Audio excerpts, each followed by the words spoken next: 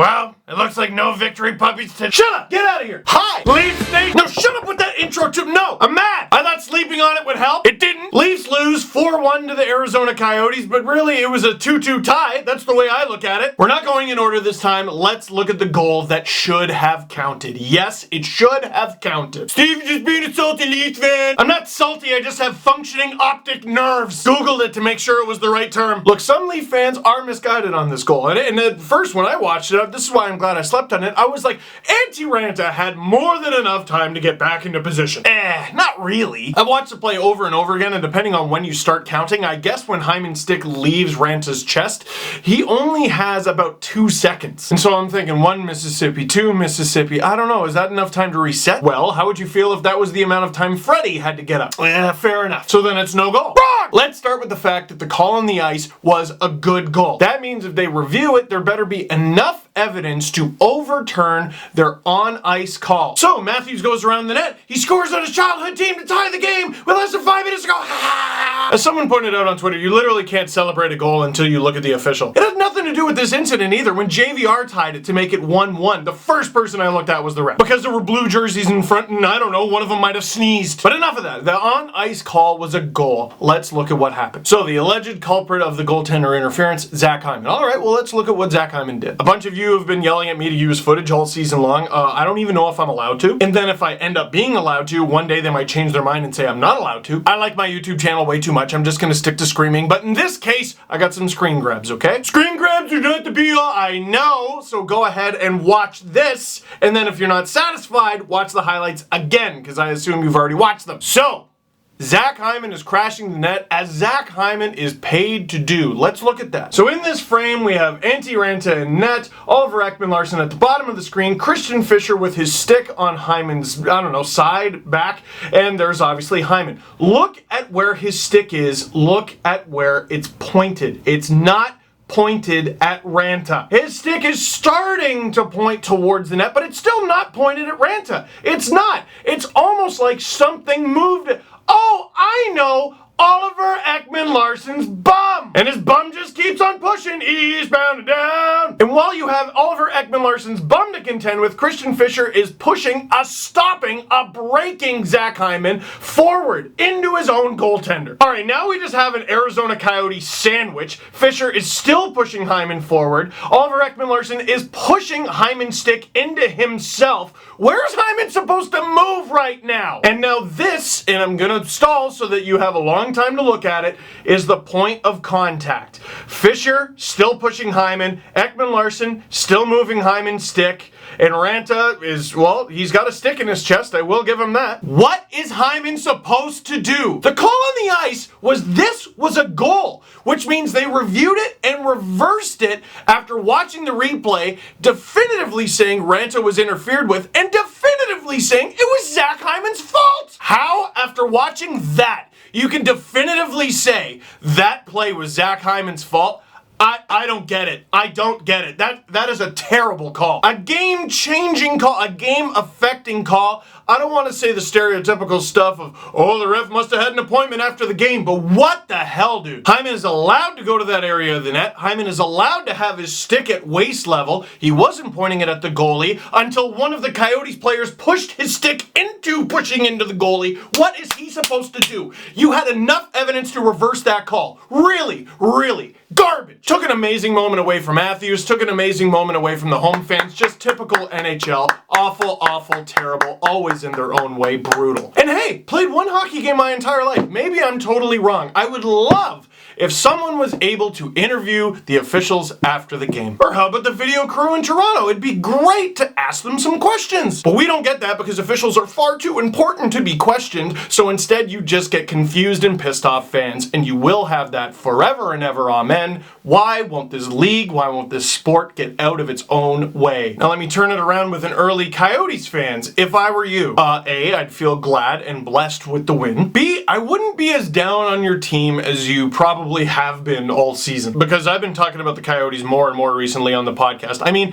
if you only win 2 of your first 20 games and none of those 2 wins were in a 3-period game, that is worthy of mention. But now here they are on a road trip and they pick up 3 consecutive wins. That's pretty good. Yeah, they're in last place, but they're 3-4-3 in their last 10. 3-4-3 in the month of November. If I were you, I would go back in time and look at the Leafs schedule from October and November last season. The Leafs had a young team, had a speedy team, had an Arizona influence team that only won 2 games in October that ended up making the playoffs and giving the President's Trophy winners a run for their money. I think the main differences are the Leafs had an NHL veteran coach who was extremely decorated, and the Coyotes have Rick Tocchet, who, you know what? Unenviable position. It's worth mentioning that the Leafs weren't a playoff team in Babcock's first season with the team. In fact, they finished last. And also, while Freddie Anderson had an abysmal October last year, and also this year, at least he picked it up at some point. At least the Leafs had intermittent good goaltending. The Coyotes have had none of that this season. They've already used 4 guys. A couple of them were completely hopeless, but now you got Raant back.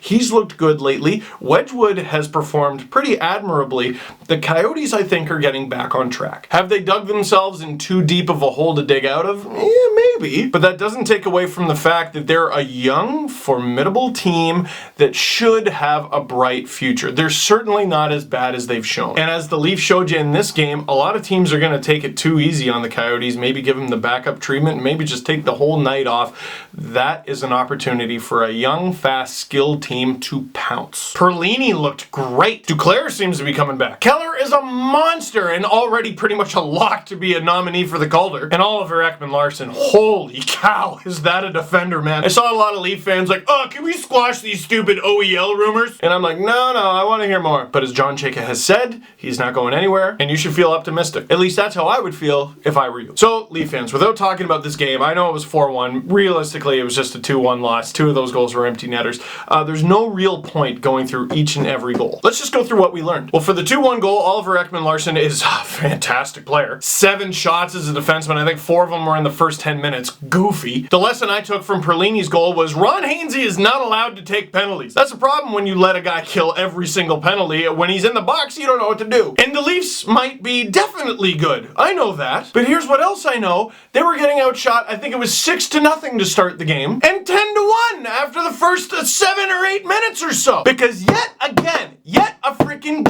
the Leafs did not start on time. Babcock said after the game, he was calling out the Leafs' young stars, said they didn't have a good enough game. They took this game for granted. They weren't trying hard enough. Who is he talking about there? I'm really not sure. Is he talking about Marner? Is he talking about Matthews? I think it's a direct shot at William Nylander, but that is just a guess because he's been struggling lately, even though he had that OT winner. He briefly took him off Matthews' line. I'm not sure. It could be everybody. He did say young stars, plural, after all, and he's right. But the one problem I have with that is this happens every single game. Maybe the young stars just aren't trying hard enough overall. All I know is this, almost every single game, the Leafs are outshot to bloody hell in the first 10 minutes. Doesn't matter if they're at home or on the road. That ends up in them getting outshot in the game overall. And the Leafs took more penalties than their opponent. The Leafs took 4. The Coyotes only took 1.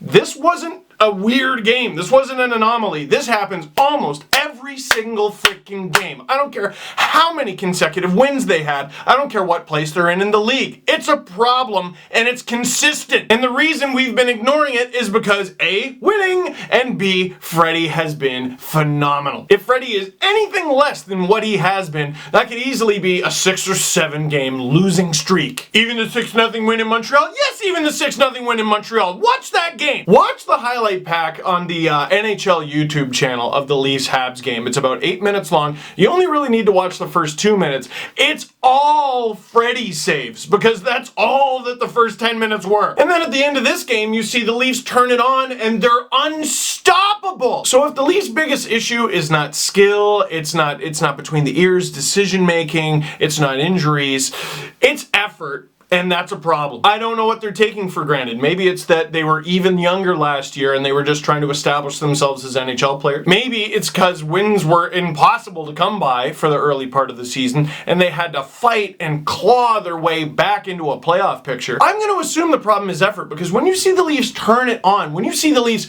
desperate, No one is stopping that. They're probably a top 5 team in the NHL. Did I stutter? Did I stutter? That is the most frustrating thing about this team. See, they just won 6 straight games. Yeah, well, the playoff spot's not locked up, is it? You know how you get to Carnegie Hall, don't you? Practice! Every game is a clean slate. There isn't a single game on the schedule that gives a damn what your record is. Every single game starts 0-0.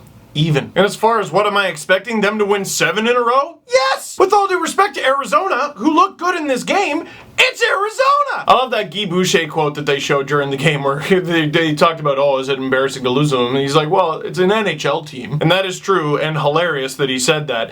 But the Leafs should have beat Arizona. They should win pretty much every game. Look at them! Yes, the Leafs have built up lots of wins as of late, but they built up lots of wins at the beginning of the season. Then they went on a cold streak that was so bad that they were only 1 game above 500. Would you like to know the Leafs schedule for the rest of November? Glad you asked. Day off, Florida on the road. Day off, Carolina on the road. Next night, Washington at home. 2 days off, Western Canadian road trip. They play Calgary, day off Edmonton, day off Vancouver, and then they mercifully get 3 days off. Already in December, they play Calgary at home, 2 days off, Pittsburgh on the road, Edmonton at home, those are back-to-backs. Day off, Philly on the road, day off, Minnesota on the road next night, Detroit on the road. 3 days off, that's great, and then they follow that up with back-to-backs, Carolina at home, Columbus on the road. That Carolina game being at 2 in the afternoon, we'll see how they respond to that. 2 days off, New York on the road. 4 days off, hey, that's great! Followed by 3 games in 4 nights, all 3 of those games on the road, and they're not just on the road, they are on the road.